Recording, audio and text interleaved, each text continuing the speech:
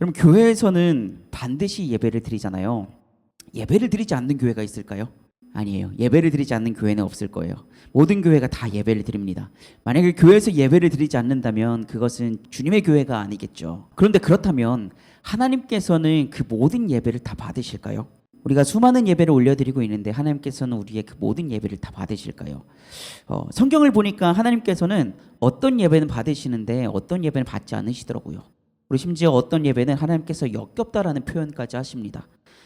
사람들이 예배를 드린다고 해서 하나님께서 그 모든 예배를 다 기뻐 받으시지는 않으시더라고요. 물론 이걸 가지고 우리가 오늘날의 개별 예배를 다 판단할 수는 없습니다. 우리가 판단할 수는 없습니다. 개별 예배를 가지고 하나님께서 이 예배는 받으셨어, 이 예배는 받지 않으셨어, 이렇게 판단할 수는 없다는 거예요. 그런데 우리가 직접 판단할 수는 없지만 아무튼 성경에서는 하나님께서 모든 예배를 다 받으시진 않으셨다는 걸 우리는 유심히 생각해 볼 필요가 있는 것 같아요. 여러분, 예배의 대상은 하나님이시잖아요.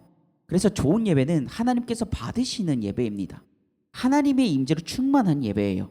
하나님께서 받으시고 임재하시는 예배가 좋은 예배예요. 여러분, 예배를 드리는 건 누가 하는 일인가요? 우리가 하는 일입니다. 우리가 하나님께 예배를 드리는 거죠. 그런데 임재는 하나님께서 하시는 일이십니다. 우리가 예배의 순서와 예배의 형식을 만들 수 있을지는 몰라도 임재를 만들어낼 수는 없어요. 하나님의 임재를 우리가 만들어낼 수는 없습니다. 그런데 우리는 종종 내가 오늘 예배에 참석했는가에만 집중하는 것 같아요.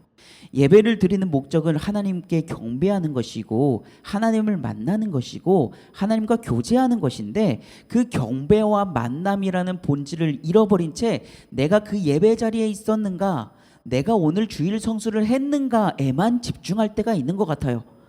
우리가 그동안 수많은 예배를 드리면서 예배를 드리는 것에는 익숙해져 왔었지만 예배를 통해서 하나님을 만나는 것은 어색하진 않았었는지 우리가 생각해 볼 필요가 있는 것 같아요. 우리가 예배의 형식을 잘 갖추었지만 하나님의 임재가 그 자리에 없다면 예배는 하나님을 만나는 자리가 아니라 본질을 잃어버린 프로그램이 될 수가 있습니다. 그렇다면 교회의 질문은 단순히 당신은 예배를 드리고 있습니까? 가 아니라 하나님께서 그 예배 가운데 임재하셨습니까? 가 되어야 할 것입니다. 단순히 당신은 주일 성수를 했습니까? 가 아니라 당신은 주일에 예배를 드렸습니까? 해서 끝나는 것이 아니라 당신은 예배를 통해서 하나님의 임재를 경험했습니까? 가 되어야 될 것입니다. 하나님께서 원하는 예배를 드리고 계십니까? 가 되어야 될 것입니다. 그렇다면 하나님께서 원하시는 예배가 무엇일까요? 오늘 말씀을 보면은 예수님께서 사마리아 여인과 대화하시다가 하시는 말씀이 나오는데요. 먼저 사마리아 여인이 예수님께 물었습니다. 어디서 예배해야 옳습니까? 이 산입니까? 아니면 예루살렘입니까? 사마리아 여인은 장소를 묻고 있어요. 근데 예수님께서는 장소로 대답하지 않으세요. 뭐라고 말씀하시냐면 아버지께서는 영과 진리로 예배하는 사람을 찾으신다라고 말씀하세요.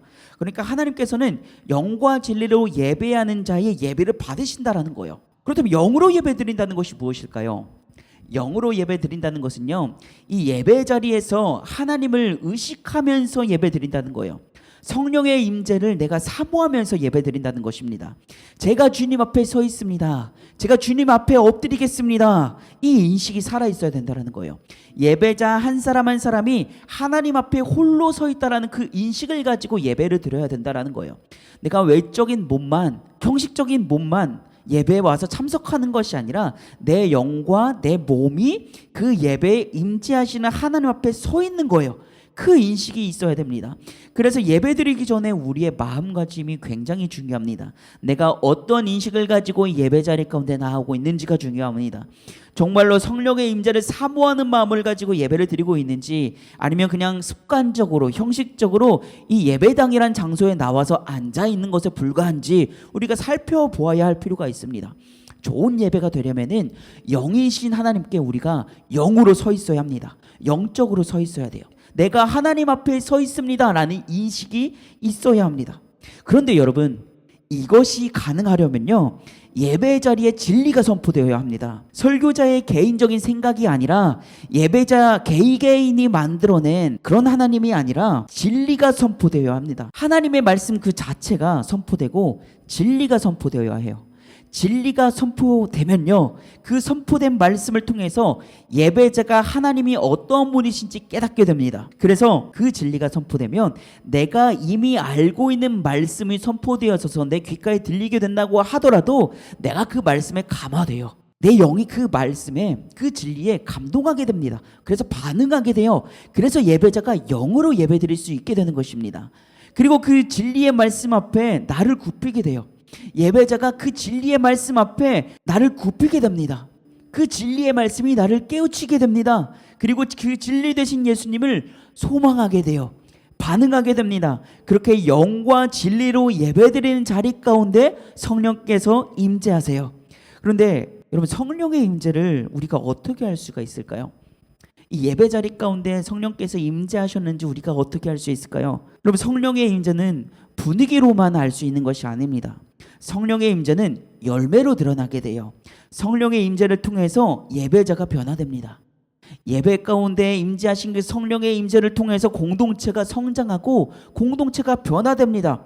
성령의 임재를 통해서 회개가 일어나게 되고요, 회복이 일어나게 돼요. 이렇게 예배의 열매가 맺혀지게 되는 것이에요. 회복과 변화와 성장과 성숙, 이것은 우리가 만들어낼 수가 없습니다.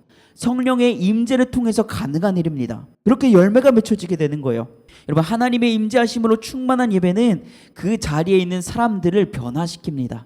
한 사람 한 사람을 변화시키고, 그리고 그 공동체를, 예배를 드리고 있는 그 공동체를 변화시킵니다. 그것이 바로 예배의 열매예요. 이 예배의 열매가 맺혀지려면 우리가 영과 진리로 예배드려야 합니다. 진리가 선포될 때에 예배자는 영으로 반응하게 되고요, 그 자리에 하나님의 임재가 드러나게 돼요. 그리고 예배의 열매가 맺혀지게 됩니다. 하나님께서는 지금도 영과 진리로 예배드리는 사람을 찾고 계십니다. 우리가 그런 예배자가 되길 소망합니다. 우리 그로잉 처치의 예배가 그런 예배가 되길 소망합니다. 진리가 선포되는 예배가 되길 원해요. 설교자의 개인적인 생각이 선포되는 예배가 아니라, 예배자 한 사람 한 사람이 개개인이 만들어낸 하나님이 선포되는 자리가 아니라 진리가 선포되고 하나님의 말씀이 선포되는 그런 예배가 되길 소망합니다. 그 선포된 진리 앞에 예배자들이 영적으로 반응하는 예배가 되길 소망합니다. 그로 인해서 하나님의 임재가 충만한 예배가 되길 소망합니다. 그 하나님의 임재가 열매 맺게 되는 예배가 되길 소망합니다. 그래서 그로 인해서 그 예배를 통해서 회복이 일어나고 치유가 일어나고 성장이 일어나고 성숙해지게 되고, 예배자 한 사람 한 사람이 변화되어지고 예배 공동체 자체가 변화하고 성숙하게 되는 놀라운 일들이, 회개의 역사가 일어나길 간절히 소망합니다.